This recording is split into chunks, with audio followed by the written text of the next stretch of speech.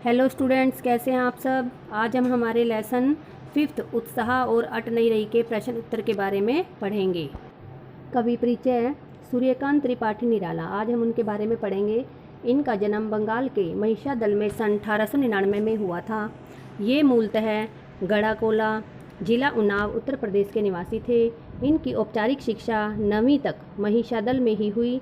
इन्होंने स्वयं अध्ययन कर संस्कृत, बंगला और अंग्रेजी का ज्ञान इकट्ठा किया। रामकृष्ण परमहंस और विवेकानंद की विचारधारा ने इन पर गहरा प्रभाव डाला। सन 1961 में इनकी मृत्यु हुई। इनकी प्रमुख रचनाएं अनामिका, परिमल, गीतिका, कुकुरमुता और नए पत्ते हैं। हाँ जी बच्चों, उत्साह कविता के प्रश्न उत्तर पढ़ेंगे। पहला क्वेश्चन है, कवि बादल से फुहार, रिमझिम या बरसने के स्थान पर गरजने के लिए क्यों कहता है। आंसर देखिए, निराला जी क्रांतिकारी कवि थे। वे समाज में बदलाव लाना चाहते थे, इसलिए जनता में चेतना जागृत करने के लिए और जोश जगाने के लिए कवि बादल से फुहार, रिमझिम या बरसने के लिए न कह गरजने के लिए कहते हैं। गर्जना शब्द क्रांति, बदलाव और विरोध को दर्शाता है।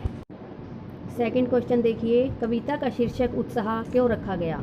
कवि ने गीत में बादलों के माध्यम से लोगों में उत्साह का सृजन करने को कहा है। वह लोगों को क्रांति लाने के लिए उत्साहित करना चाहते हैं, इसलिए कविता का शीर्षक उत्साह रखा गया है।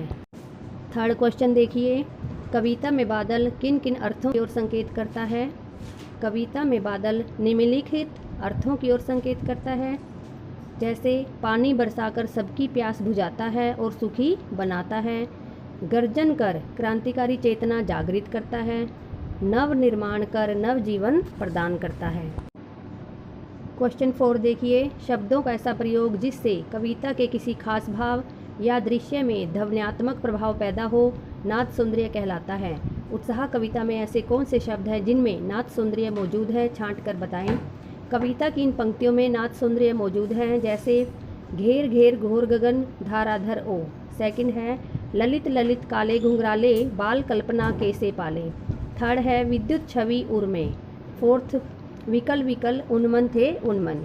इसमें एक क्वेश्चन और बनता है कि नाद सौंदर्य किसे कहते हैं, तो हम उसका आंसर देंगे, शब्दों का ऐसा प्रयोग जिससे कविता के किसी खास भाव या दृश्य में ध्वन्यात्मक प्रभाव पैदा हो, उसे नाद सौंदर्य कहते हैं।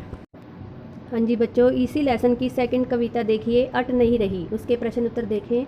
छायावाद की एक खास विशेषता है अंतर्मन के भावों का बाहर की दुनिया से सामंजस्य बिठाना। कविता की किन पंक्तियों को पढ़कर यह धारणा पुष्ट होती है, बताइए। कविता के निम्नलिखित पंक्तियों को पढ़कर यह धारणा पुष्ट होती है कि प्रस्तुत कविता के अंतर्मन के भावों का बाहर की दुनिया से सामंजस्य बिठाया गया है, जैसे आभा फागुन की तन सट नहीं रही है, उड़ने को नभ में तुम पर कर देते हो, आँख हटाता हूँ तो हट नहीं रही है। सेकंड क्वेश्चन देखिए, कवि की आँख फागुन की सुंदरता से क्यों नहीं हट रही है। कवि की आँख फागुन की सुंदरता से इसलिए हट नहीं रही है क्योंकि इस महीने में प्रकृति का सौंदर्य अत्यंत मनमोहक होता है। पेड़ों पर हरी और लाल पत्तियां लटक रही हैं, चारों ओर फैली हरियाली और खिले रंग बिरंगे फूल अपनी सुगंध से मुग्ध कर देते हैं। प्रकृति का नया रंग और सुगंध जीवन में नई ऊर्जा का संचार करती है। थर्ड क्वेश्चन देखो, प्रस्तुत कविता में कवि ने प्रकृति की व्यापकता का वर्णन किन रूपों में किया है।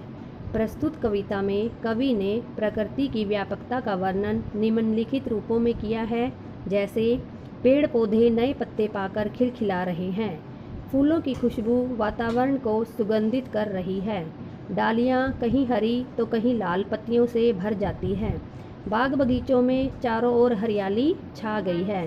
कवि को प्रकृति के सौंदर्य से आंख हटाना मुश्किल लग रहा है। फोर्थ क्वेश्चन देखिए, फागुन में ऐसा क्या होता है जो बाकी ऋतुओं से भिन्न होता है, यानी कि बाकी ऋतुओं से अलग होता है। फागुन में प्रकृति की शोभा अपने चरम पर होती है। पेड़ पौधे नए पत्तों, फल और फूलों से लद जाते हैं, हवा सुगंधित हो उठती है, आकाश साफ सुथरा होता है, पक्षियों के समूह आकाश में विहार करते दिखाई देते हैं, बाग बगीचों और पक्षियों में उल्लास यानी कि खुशी भर जाती है। इस तरह फागुन का सौंदर्य बाकी ऋतुओं से अलग होता है। फिफ्थ क्वेश्चन देखिए, इन कविताओं के आधार पर निराला के काव्य शिल्प की विशेषताएं बताइए।